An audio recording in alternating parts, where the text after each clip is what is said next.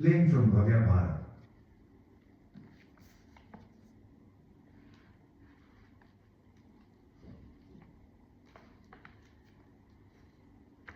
एक बार की बात है, भादों का महीना था। आकाश में काले काले बादल चारों ओर छाए हुए थे। भगवान सूर्यदेव का कहीं अता पता नहीं था। सूरज दास जी संतों की टोली लिए हुए तीर्थ यात्रा पर निकले थे। आज उनके सामने अद्भुत धर्म संकट खड़ा हो गया था। एक तरफ अपने आश्रित संत मंडली का आतिथ्य करना था, दूसरी ओर अपनी नियम निष्ठा निभाना था। आखिर वे स्वयं तो भूखे रह सकते थे, पर संतों को तो भूखा रख नहीं सकते थे। सेवक का बल तो स्वामी ही होते हैं। भक्त के योगक्षेम का निर्वहन तो उसके आराध्य को ही करना होता है। फिर जब सूर्य मंडल मध्यस्थ श्री सीताराम जी जैसे आराध्य स्वामी और इष्टदेव हों, तो सूरजदास जी को सूरज के दर्शन के लिए कैसी चिंता। श्री सूरजदास जी ने भक्तिभाव पूर्वक पूजन का थाल तैयार किया। लोगों को आश्चर्य था कि सूर्य भगवान का तो कहीं अता पता नहीं है, फिर ये किसी पूजन के लिए थाल तैयार कर रहे हैं। समस्त सामग्री यथास्थान रखकर श्री सूरजदास जी ने पूजा प्रारंभ की। फिर सूर्यदेव का दर्शन करने के लिए जैसे ही दृष्टि ऊपर गगन मंडल की ओर उठाई कि मेघाच्छन्न आकाश अनंत प्रकाश राशि से परिपूरित हो उठा। भगवान भास्कर कोहरा वर्ण का विदारण करते हुए प्रकट हो गए। अनन्य श्रद्धा भाव से सूर्यदास जी ने उस सूर्य मंडल के मध्य में अपने आराध्य श्री सीताराम जी के दर्शन किए।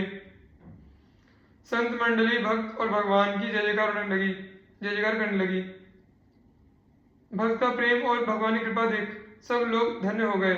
ऐसे तेजस्वी और निष्ठावान संत थे श्री सूर्यदास जी। उन्होंने अपनी इस नियम निष्ठा का आजीवन निर्वाह किया, परंतु में श्री सीताराम जी के दिव्य धाम को चले गए। श्री टीला जी महाराज का जन्म ज्येष्ठ शुक्ल 10 संवत 1515 विक को राजस्थान के किशनगढ़ राज्यांतर्गत सलेमाबाद में हुआ था। आपके पिता श्री हरिराम जी श्रोत्रिय ब्रह्मनिष्ठ पंडित और माता श्रीमती शीला देवी साधु संत देवी सदगृहिणी थी। कहते हैं कि आपके माता पिता को बहुत समय तक कोई संतान नहीं थी। बाद में आबुराज निवासी एक सिद्ध संत के आशीर्वाद से आपका जन्म हुआ था। संत कृपा, तीर्थ क्षेत्र का प्रभाव, पूर्व जन्म के संस्कारों और माता पिता की भगवत भक्ति के सम्मिलित प्रभाव से बालक टीला जी में बचपन से भक्ति के दिव्य संस्कार उत्पन्न हो गए थे, जो आयु और शास्त्रानुशीलन के साथ बढ़ते ही रहे। आपके पिता पंडित श्री हरिराम जी भक्त होने के साथ साथ विद्वान भी थे। वे आपको बचपन से ही पुराणों की कहानियां और भगवत चरित्र सुनाया करते थे, जिससे आप में भगवत भक्ति का संस्कार दृढ़ हुआ। बचपन में ही आप किसी ऊंचे टीले पर चढ़कर बैठ जाते और किसी सिद्ध संत की भांति समाधिस्थ हो जाते। आपकी इस प्रवृत्ति को देखकर ही लोगों ने आप पर टीला जी नाम रख दिया। एक बार की बात है, आपके पिताजी ने आपको बालक ध्रुव की कथा सुनाई। फिर क्या था, बालक टीला ने भी तपस्या करके भगवान का दर्शन करने का दृढ़ निश्चय कर लिया। बालक टीला की भक्ति और दृढ़ता देखकर माता पिता ने भी तपस्या की अनुमति दे दी। कहते हैं कि आपको तप के लिए उद्यत देखकर श्री हनुमान जी ने मथुरा स्थित श्री ध्रुव टीला पर तपस्या करने का सुझाव दिया। उस सिद्ध स्थान पर तपस्या करने से बालक टीला को शीघ्र ही श्री भगवान के दर्शन प्राप्त हो गए। भक्त वत्सल भगवान ने टीला जी से वर मांगने को कहा। इस पर टीला जी ने कहा, प्रभु आपका दर्शन प्राप्त कर मैं कृतकृत हो गया हूँ। अब मेरा कोई मनोरथ शेष नहीं रहा। फिर यदि आप मुझे कुछ देना चाहते हैं तो ये वरदान दीजिए कि किसी सदगुरु से मुझे वैष्णवी दीक्षा प्राप्त हो जाए। श्री भगवान बोले, वत्स, जिस प्रकार शिष्य को सदगुरु की खोज रहती है, उसी प्रकार सदगुरु को भी परम योग शिष्य की खोज रहती है। मेरी कृपा से तुम्हें घर बैठे ही परम संत सिद्ध सदगुरुदेव की प्राप्ति हो जाएगी। यह कहकर भगवान अंतर्धान हो गए और टीला जी उसी भुवन मोहिनी छवि का निरंतर ध्यान करते हुए भगवद आज्ञा के अनुसार घर पर ही भजन भाव करने लगे। प्रभु कृपा से थोड़े दिनों में ही इनकी प्रसिद्धि चारों ओर फैल गई। अनेक सिद्ध महात्मा आपके दर्शन हेतु आने लगे। अनेक वयोवृद्ध संतों ने इनकी विद्वत्ता और सिद्धता देखकर इन्हें दीक्षा लेने को कहा, परंतु विनम्रता पूर्वक कहते कि जिस दिन भगवान की इच्छा होगी उस दिन वे दीक्षा भी दे देंगे। कुछ लोग जब अधिक हट करते तो आप विनय पूर्वक कह देते कि आप ही कृपा कर मेरी कंठी बांध दीजिए, पर जब कोई आपको कंठी बांधने लगता तो आप अपने सिद्धि बल से आसन सहित ऊंचे उठ जाते और बांधने वाले का हाथ आपके गले तक पहुंच ही ना पाता। ऐसे करने के पीछे आपका उद्देश्य सिद्धि बल दिखाना, संतों की अवमानना करना नहीं, अपितु सच्चे सदगुरु की खोज करना ही था।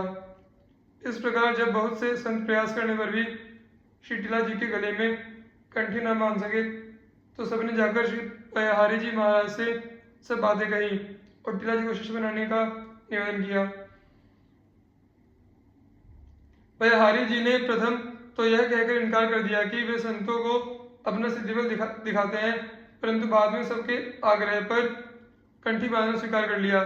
श्री पयहारी जी महाराज भी जब कंठी बांधने लगे तो टीला जी पूर्व की भांति आसन सहित ऊपर उठ गए, परंतु पयहारी जी तो ठहरे सिद्ध संत, उन्होंने अपना हाथ बढ़ाया तो वह बढ़ता ही गया और अंत में उन्होंने टीला जी के गले में कंठी बांध दी।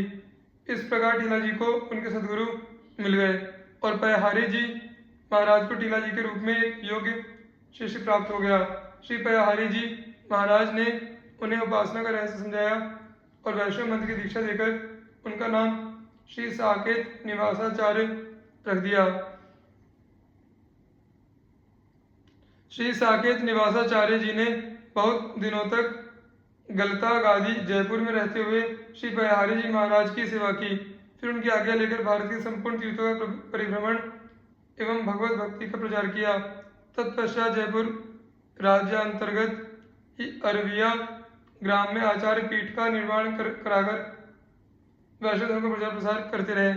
चैत्र शुक्ल पूर्णिमा संवत 1642 को श्री साकेत निवासाचार्य जी महाराज ने अपने आराध्य श्री सीताराम जी के श्री साकेत धाम में निवास प्राप्त किया। श्री गंगा देवी जी, श्री भगवान की भक्ति में सबका अधिकार है। श्री रामचरितमानस में भगवान श्री राम कहते हैं, पुरुष नपुंसक नारी वा जीव चराचर कोई, सर्व भाव भज कपट तजी मोहि परम प्रिय सोई। अर्थात स्त्री पुरुष नपुंसक या कोई भी जड़ चेतन प्राणी कपट भाव को सब प्रकार छोड़कर जो मुझे भजता है वही मेरे लिए परम प्रिय है।